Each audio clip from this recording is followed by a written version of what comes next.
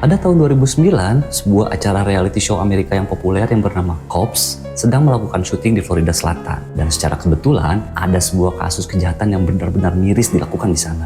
Dan Cops mengungkap kejahatan ini di depan kamera dan disiarkan ke seluruh penjuru negara. Tapi, seorang korban yang sedang direkam oleh acara itu ternyata menyembunyikan sesuatu. Ada sebuah plot twist yang mengejutkan ketika kalian tahu apa sesuatu itu.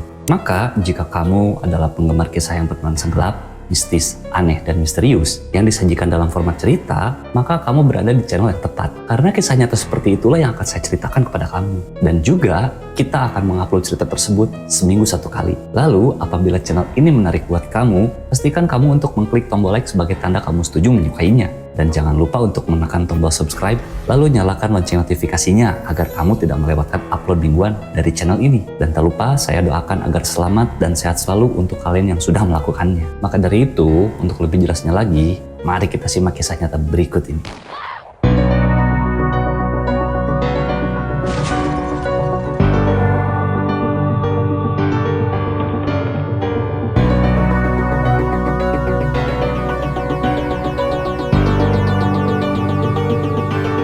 Michael DiPolito dibesarkan di lingkungan yang sangat keras di Philadelphia Selatan, yang dimana obat-obatan terlarang, kekerasan, dan prostitusi adalah kehidupan sehari-hari yang normal di sana. Di usia muda, seperti orang tuanya, Michael menjadi pecandu alkohol. Dia juga cenderung memiliki kecanduan narkoba yang sangat akut. Dia bertahan hidup dengan membeli narkoba, dengan laba dari menjual narkoba juga. Pendidikan Michael sendiri cukup buruk. Dia dikeluarkan sekolah saat SMA, dan tak lama setelah itu, dia menjadi tunawisma. Pada malam hari, dia tinggal di jalanan, tidur di bangunan yang terbengkalai supaya menjaga badannya tetap hangat. Pada tahun 1993, ketika Michael masih tinggal di Philadelphia Selatan, dia ditangkap untuk pertama kalinya. Dia didakwa dengan kepemilikan obat keras yang tidak diketahui apa kandungannya, serta sebuah dakwaan karena menjual dan mendistribusikan obat yang tidak diketahui kandungannya itu. Karena catatan pengadilan tidak menyebutkan kandungan apa yang ada dalam obat yang Michael jual. Namun ketika hari persidangannya tiba, Michael tidak datang ke pengadilan, sehingga surat perintah panggilan dari pengadilan dikeluarkan untuk menangkapnya. Dan entah bagaimana, Michael berhasil menghindari penangkapan yang dilakukan oleh polisi. Pada tahun 1997, dia kabur meninggalkan Philadelphia Selatan untuk tinggal di daerah Florida Selatan di sebuah kota bernama Boca Raton.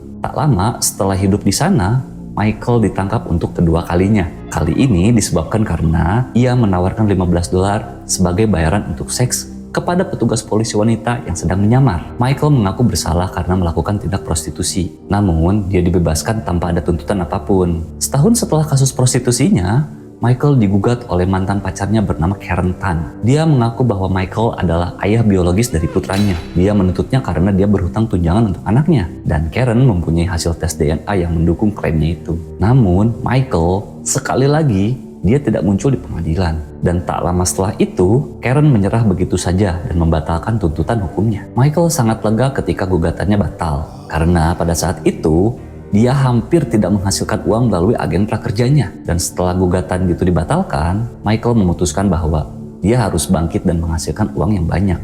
Entah bagaimana pula, dalam petualangan mencari sebuah peluang kerja yang benar-benar menghasilkan uang, pada suatu momen, Michael dipertemukan pada keluarga Bonanno. Keluarga Bonanno adalah salah satu dari 5 keluarga terkenal yang mendominasi kejahatan yang terorganisir di seluruh Amerika Serikat. Secara gamblangnya, mereka adalah mafia Italia. Dan setelah mafia tersebut bertemu Michael, mereka menyukainya dan mereka menawarkan sebuah peluang kerja yang sangat menggiurkan meskipun ilegal. Mereka memberi Michael sebuah posisi dalam pekerjaannya. Michael pun bekerja di dalam salah satu jaringan mereka yang disebut boiler room atau ruang penggorengan. Ruang penggorengan di sini bukanlah ruang yang secara harfiah untuk menggoreng makanan. Namun itu adalah sebuah perumpamaan tentang sebuah ruangan yang di dalamnya penuh dengan sekelompok penipu. Sekelompok penipu yang menggunakan taktik penjualan tingkat tinggi. Mereka mencuri uang dari korban yang tidak menaruh curiga atau lengah dan kurang berwawasan dalam berbisnis. Biasanya, cara kerja mereka adalah si penipu akan menelepon seseorang secara acak. Setelah mereka merasa mendapat korban yang tepat, mereka akan memberitahu korbannya bahwa mereka memiliki skema atau trik atau cara cepat untuk menjadi kaya raya.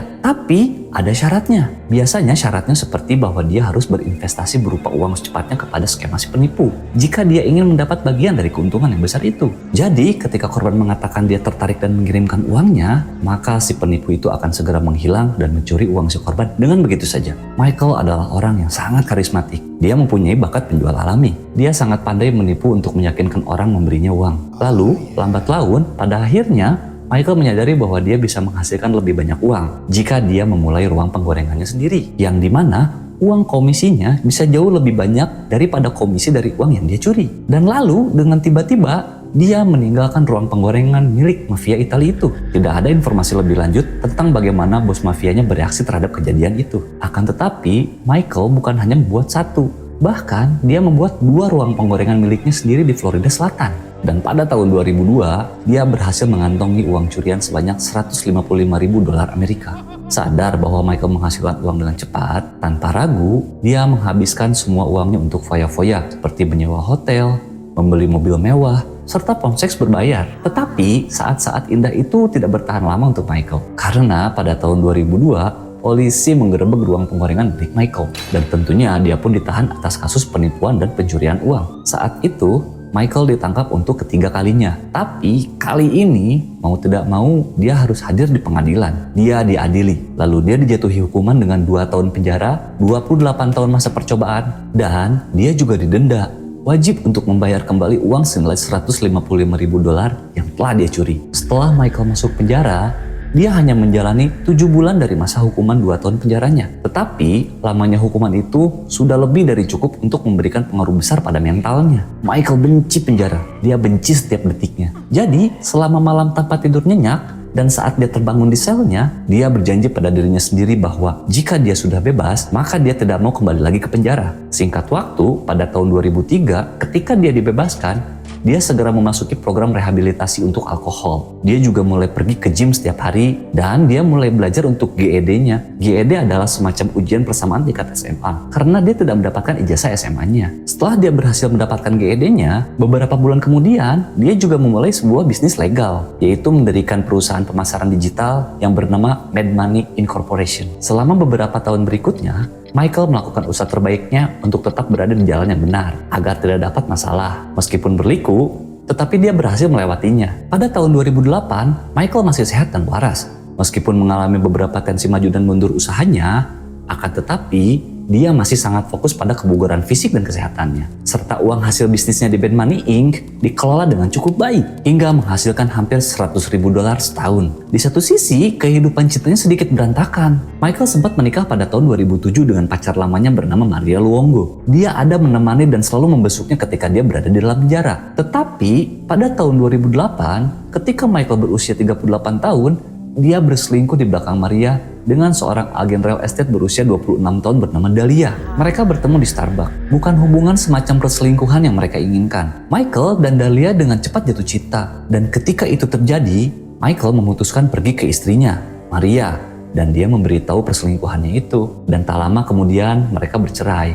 Hanya 3 hari setelah proses perceraian selesai, Michael dan Dahlia pergi ke kantor pengadilan dan mereka pun menikah. Pengantin baru itu pindah ke sebuah kondominium, sebuah tempat yang dibeli oleh Michael di daerah Pantai Boynton untuk mereka tinggali. Pantai Boynton merupakan kota yang indah di Florida Selatan, dan untuk sementara waktu, hidup mereka sempurna. Mereka sadar bahwa kondisi hubungan yang mereka jalani itu sedikit berlebihan atau lebay. Mulai dari cara mereka bertemu satu sama lain, hingga seberapa cepat mereka jatuh cinta. Tetapi mereka tidak peduli. Mereka hidup rukun dan mereka bersemangat untuk membangun masa depan. Tetapi, kenyamanan rumah tangga mereka yang sempurna itu tidak bertahan lama ketika sebuah teror dimulai. Pada malam tanggal 12 Maret 2009, jadi hanya sekitar sebulan setelah mereka menikah, ketika mereka sedang berada di kondominium mereka, Michael dan Dahlia mendengar ketukan di pintu depannya. Maka Michael pun pergi untuk membuka pintu. Dan apa yang dia lihat sangat mengejutkan. Yang mengetuk pintu itu adalah petugas polisi masa percobaannya. Dan di belakangnya ada banyak petugas polisi lainnya. Bahkan, sebelum Michael dapat menanyakan apa yang sedang terjadi, petugas masa percobaannya itu memberitahu Michael bahwa pihak kepolisian telah menerima telepon anonim atau tanpa nama. Penelpon itu memberikan laporan bahwa Michael menjual steroid dan pil ekstasi serta obat-obatan lainnya dari kondominiumnya. Michael pun kaget dan langsung mencoba menjelaskan. Dia memberitahu petugas percobaannya itu bahwa tidak mungkin laporan itu benar. Dia sudah tidak menjual obat-obatan apapun. Dia sudah insaf dan bertobat. Dan dia tidak melakukan itu lagi. Pada akhirnya, Michael hanya bisa menyingkir dan bekerja sama. Ketika para polisi itu akan masuk, Michael pun mempersilahkan mereka untuk masuk. Dan dia menegaskan bahwa Michael dan Dahlia bersedia untuk digeledah karena mereka tidak menyembunyikan apa-apa. Dia dan istrinya tidak mempunyai barang-barang yang para petugas sebutkan tadi. Tanpa basa-basi, para petugas polisi segera menggeledah kondominiumnya dengan teliti. Namun seperti yang dikatakan Michael, mereka tidak menemukan apapun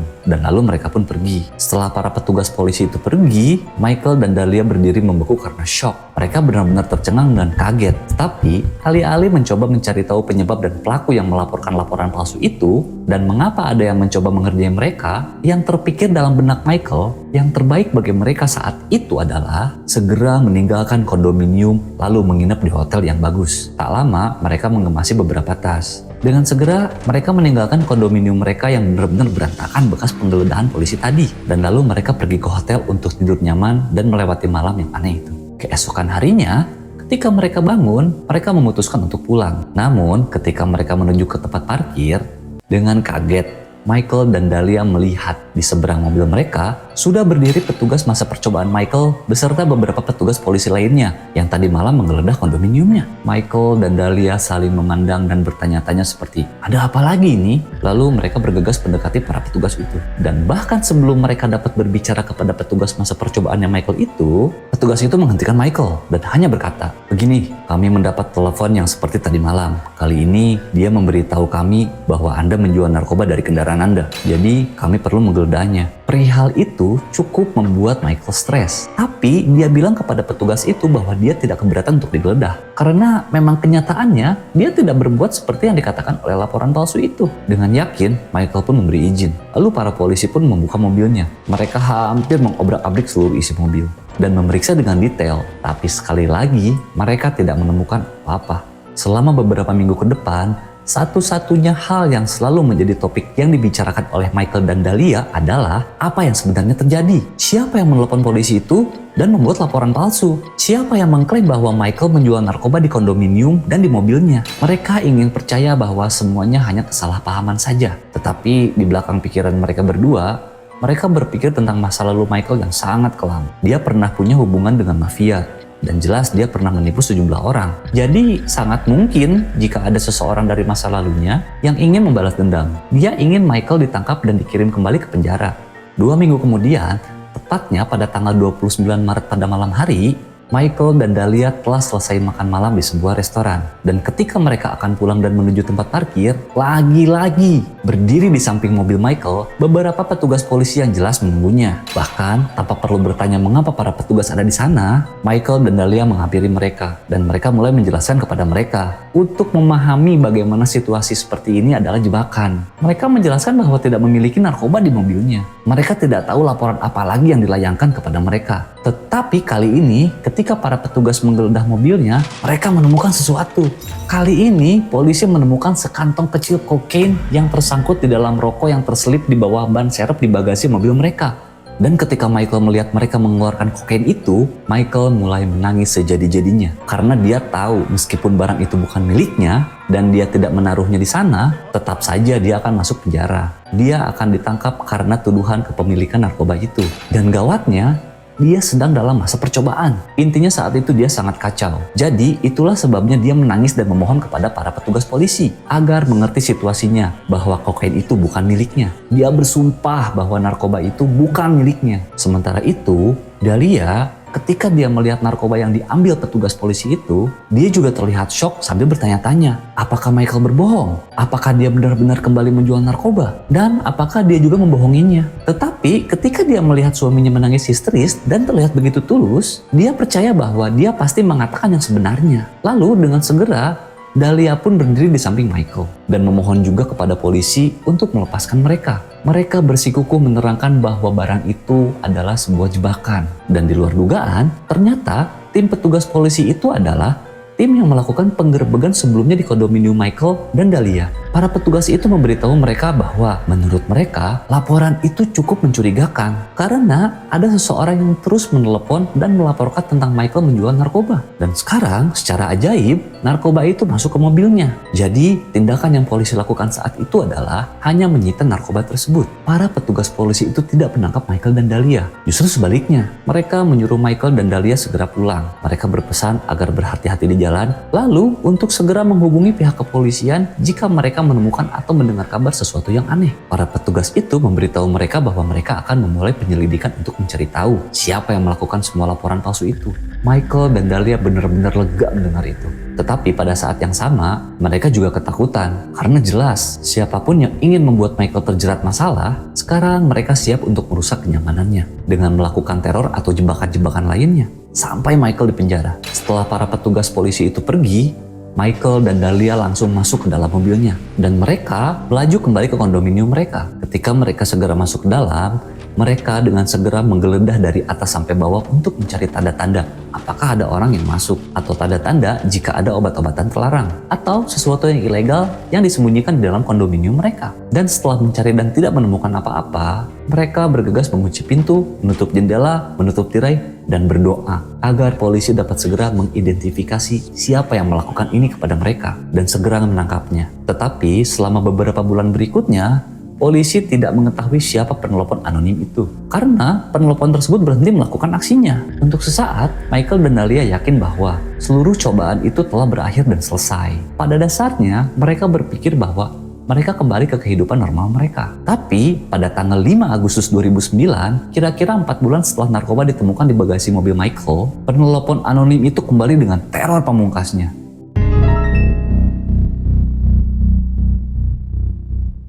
Pada suatu hari, sekitar pukul 5.45 pagi, Dahlia meninggalkan kondominium. Dia meninggalkan Michael yang masih lelap tertidur. Dia pergi ke gym setempat untuk berolahraga. Sekitar pukul 6.30 pagi, ketika Dahlia selesai dengan alat treadmill-nya, dia melihat HP-nya. Dia melihat bahwa ada sebuah panggilan yang tidak terjawab dari nomor yang tidak dia kenal. Nomor itu meninggalkan pesan suara atau voicemail untuknya. Jadi, dia mendengarkan pesan suara itu. Dia menempelkan handphone ke telinganya. Dan saat dia mendengarkan, jantungnya mulai berdetak kencang. Karena isi pesan suara tersebut berasal dari seorang detektif pantai Boynton. Pesan suara itu memberitahunya bahwa telah terjadi semacam insiden di kondominiumnya. Dan dia harus segera pulang. Dengan kondisi shock dan ketakutan, Dahlia mengambil barang-barangnya dan bergegas lari keluar dari gym. Setelah dia masuk ke mobilnya, dia menelepon nomor detektif itu kembali. Ketika detektif itu mengangkatnya, dia mencoba menanyakan lebih banyak informasi tentang apa yang terjadi. Dan detektif itu hanya mengatakan bahwa kejadian itu melibatkan suaminya. Dan dia akan menjelaskan semuanya ketika dia sampai di TKP.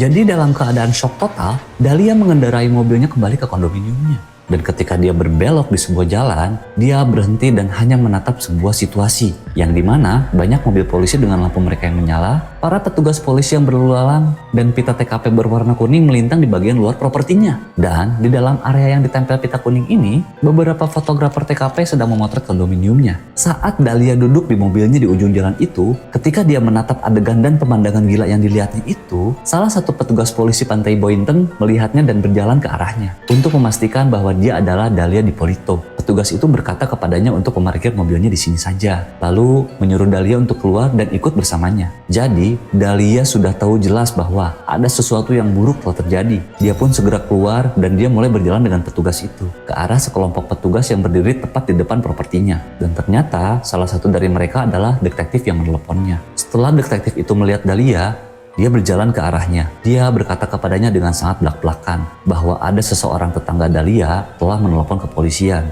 Dia melaporkan tentang gangguan di kondominium mereka. Mereka mendengar letusan senjata api yang ditembakkan. Dan sayangnya, suaminya lah yang ditembak. Michael Dippolito telah meninggal.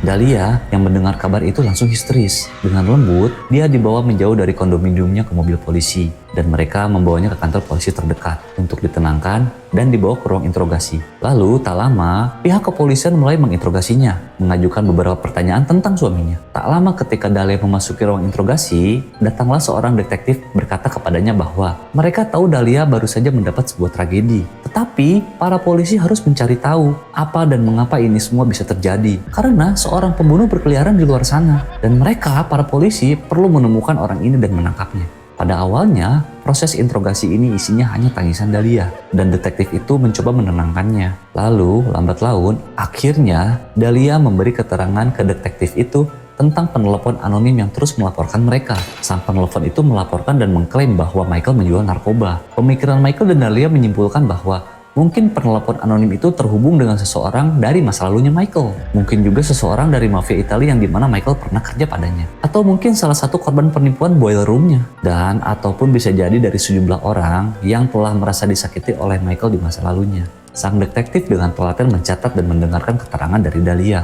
Lalu, pada satu titik, di sela-sela percakapan, dia berkata pada Dahlia bahwa semuanya sudah cukup. Sekarang saatnya untuk serius. Si detektif perlu tahu apakah Dahlia mengenal seorang pria yang akan dimasukkan ke ruang interogasi itu. Dahlia, yang tadinya hanya menundukkan kepala ke bawah, sekarang dia melihat ke mata si detektif itu dan mengatakan bahwa dia tidak mengerti apa yang dia tanyakan. Kemudian, pintu ruangan interogasi terbuka. Lalu ada seorang pria besar dengan posisi tangan di borgol masuk ke ruangan itu. Get over here. Get over here. You know who this guy is? No, You've never seen him before. I've never seen him before. Ever. Do you know her? Put your head up and look at her. Put your head up. I've never seen him. What were you doing coming out of her house? Setelah melihat pria besar itu, ekspresi Dahlia berubah dan petugas polisi yang bersamanya itu menyadari sesuatu bahwa ternyata Dahlia berbohong. Dahlia tahu siapa pria itu. Pada awalnya, jadi setelah menikah dengan Michael 6 bulan sebelumnya, Dahlia telah mencuri uang sebesar $200.000 dari Michael. Tapi tampaknya uang itu tidak cukup bagi Dahlia. Dia membutuhkan sisa harta Michael serta kondominiumnya. Dan yang lebih mengejutkan, polisi telah menemukan bukti dan fakta bahwa Dahlia sebenarnya adalah si penelepon anonim. Dialah yang menelepon polisi dan memberitahu mereka bahwa Michael menjual narkoba dari kondominiumnya dan dari mobilnya. Dahlia lah yang menyelipkan kokain di belakang mobilnya. Dia ingin Michael ditangkap karena dia dalam masa percobaan dan dia akan kembali ke penjara untuk waktu yang sangat lama. Jadi, Dahlia lah yang membuat skema teror tersebut. Tetapi, oleh karena setiap usahanya gagal dan Michael tidak pernah ditangkap, Dahlia beralih ke rencana lain. Dia menghubungi salah satu mantan pacarnya dan dia bertanya, "Hei, apakah kamu kenal dengan pembunuh bayaran yang bisa membunuh suami saya?" Pada awalnya, mantan pacarnya itu tidak berpikir bahwa Dahlia serius. Tetapi ketika Dahlia terus bertanya kepadanya tentang hal itu secara serius dan mulai menawarkan untuk membayar kontan si pembunuh bayaran itu, disitulah menjelaskan bahwa ternyata Dahlia tidak bercanda. Sontak mantan pacarnya itu mengatakan kepadanya bahwa dia tidak mengenal seorang pembunuh bayaran. Dan kemudian dengan pertimbangan yang matang, mantan pacarnya itu langsung menelepon Departemen Kepolisian Pantai Boynton. Lalu dia memberitahu mereka apa yang baru saja dia alami tentang Dahlia dan rencananya untuk menyewa pembunuh bayaran untuk membunuh Michael, suaminya sendiri. Jadi ketika Kepolisian Pantai Boynton mengetahui tentang laporan ini, mereka segera menerjunkan salah satu agen rahasia mereka untuk menyamar sebagai hitman atau pembunuh bayaran dan mengatur temu janji dengan Dahlia. Jadi pria besar yang tangannya diborgol yang dibawa ke hadapan Dahlia di ruang interogasi itu adalah seorang agen polisi yang menyamar sebagai pembunuh bayaran. Ternyata Dahlia pergi menemui hitman yang palsu. Dia adalah salah satu petugas kepolisian yang sedang menyamar menjadi hitman. Di saat Dahlia bertemu dengan si pembunuh bayaran, dia masuk ke mobil yang sudah dipasang kamera tersembunyi di kursi belakang yang merekamnya sepanjang waktu. Percakapan dan apa yang tertangkap kamera, kira-kira dia mengatakan bahwa dia ingin membunuh suaminya. Lalu dia memberikan sejumlah uang kepada si hitman itu, yang dimana dia adalah agen yang menyamar. Dan kemudian ketika dia akan keluar, si agen itu bertanya lagi kepadanya, apakah Dahlia yakin ingin melakukan itu? Karena begitu Dahlia pergi, dia akan menghabisi Michael dan dia tidak bisa membatalkannya. Inilah reaksi Dahlia. Changing, no, there's no, like, I'm determined already. I'm positive, like, 5,000% sure, like, no, when I say I'm going to do something, I'm going to do it. Like, as soon as you told me, listen, I need the money from you, I went, I grabbed it right away, like, we were good to go. Like, with me, you're not going to have a problem, you're not going to have an issue. Ketika Departemen Kepolisian Pantai Boynton menerima laporan dan informasi ini tentang apa yang akan Dahlia rencanakan, pihak kepolisian pun memutuskan bahwa mereka bisa menggunakan informasi ini untuk menjebaknya dengan cara yang paling gokil. Dan yang dimana, secara kebetulan, acara reality show yang sangat populer, Cops, sedang syuting di daerah tersebut. Jadi, Departemen Kepolisian Pantai Boynton mengizinkan Cops untuk menjadi bagian dari settingan penangkapan yang keren ini. Sehingga mereka dapat merekam semua yang terjadi. Jadi, rencana settingannya adalah pada pagi hari tanggal 5 Agustus, ketika Dahlia bangun dan pergi ke gym, para petugas berpikir bahwa Dahlia dalam rencananya bahwa akan ada hitman yang datang ke kondominiumnya. Dan sebuah skema kejadian yang mereka setting adalah tepat ketika Dahlia pergi, si hitman akan menerobos masuk dan menembak kepala suaminya sebanyak 2 kali. Itulah tepatnya rencana yang telah tim Cops buat, yang terekam dalam film. Jadi, kejadian yang sebenarnya yang terjadi ketika polisi melihat Dahlia pergi ke jeep pada pagi itu, ternyata ada sejumlah petugas polisi yang bergegas masuk. Mereka mengetuk pintu dan menyuruh Michael untuk turun. Michael sama sekali tidak tahu bahwa istrinya mencoba membunuhnya. Jadi, dalam keadaan bangun tidur dan kebingungan, Michael dibawa pergi bersama petugas kepolisian dan dia diantar ke kantor polisi. Kemudian, sekitar 1 jam berikutnya, tim Cops membuat TKP palsu yang sangat meyakinkan tepat di depan kondominiumnya. Setelah semuanya siap, detektif itu menelepon Dahlia dan meninggalkan pesan suara yang mengatakan bahwa ada sebuah kejadian yang dimana dia harus segera pulang. Ketika Dahlia bilang akan segera pulang, saat itulah kru TV untuk acara Cops bersiap-siap di semak-semak dan bersiap untuk merekam apa yang terjadi selanjutnya. Listen, we had a report of a disturbance at your house, and there were shots fired. Is your husband Michael? Okay, I'm sorry to tell you, man. He's been killed. He's been killed, man. I'm sorry. It's not. Listen. No. Try to calm down. No. Listen, right now what we need to get you to the station. No. We need to get you to our police I station. want to see him. I can't let you in, man. We have to do our job. Setelah petugas yang menyamar itu ditarik keluar dari ruang interogasi, tak lama Dahlia pun berkata bahwa dia tidak tahu siapa pria itu. Detektif itu hanya menatapnya dan diam selama 1 menit. Kemudian dia memberitahu Dahlia bahwa kepolisian benar-benar tahu semua tentang rencana pembunuhannya dan mengatakan bahwa dia akan masuk penjara.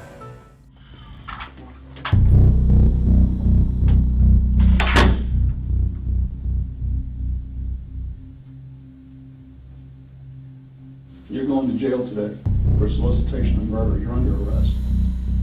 That's an undercover police officer. Everything has been recorded. You were photographed in the convertible when you sat in his car in the front of CVS. What do you want to do? What do you want to do here? I didn't do Dahlia? anything. Listen to I me. didn't do anything. You're going to I didn't jail. do anything, please. I didn't do anything. Tell me you didn't do anything. I didn't do anything. You're going to jail today. As soon as I'm done, Oh my God. they're going to come in here and handcuff you and take you to the Palm Beach County Jail, book you for solicitation of first-degree murder on your husband. Your husband is well and alive. Thank God. Oh, yeah, thank Can I God. please? Can I see him? No, he doesn't please? want to see you. I so wanted to see him. He doesn't want to see you. Please. Setelah Dahlia dinyatakan bersalah atas kejahatannya, dia masih duduk di ruang interogasi itu. Ketika petugas polisi mengawal Michael untuk memasuki ke salah satu ruangan di sana, dia melewati ruangan interogasi yang kebetulan pintunya terbuka. Dan Dahlia pun melihat Michael. Ini reaksinya. He's alive. Come here, please. Come here. Mike, come here. Come here, please. Come here. Why not? I didn't do anything to you. Mike, come here, please. Come here. Okay. Like, we'll take her back to Brooklyn, please. Dahlia dijatuhi hukuman 20 tahun penjara atas dakwaan percobaan pembunuhan berencana tingkat 1. Tetapi setelah persidangan ulang, karena hasil keputusan juri yang bias, hukumannya pun dikurangi menjadi 16 tahun penjara. Nah, berakhirlah kisah nyata untuk episode kali ini. Silahkan isi kolom di bawah ini apabila kamu ingin berkomentar, menawarkan saran, ataupun berkritik. Karena kebaikan bisa diawali dari hal yang kecil dan simple, tetapi mempunyai makna yang cukup besar. Jadi, tak lupa saya ucapkan terima kasih untuk kamu yang sudah mensupport dengan menyimak cerita ini sampai akhir, menekan tombol like dan subscribe channel ini, serta menghidupkan loncengnya agar tidak ketinggalan upload kisah berikutnya. Serta tak lupa doa saya agar selalu sehat dan selamat bagi kalian yang sudah melakukannya. Oke, sampai bertemu di video selanjutnya. Saya undur diri, respect, stay safe, dan semoga sehat selalu.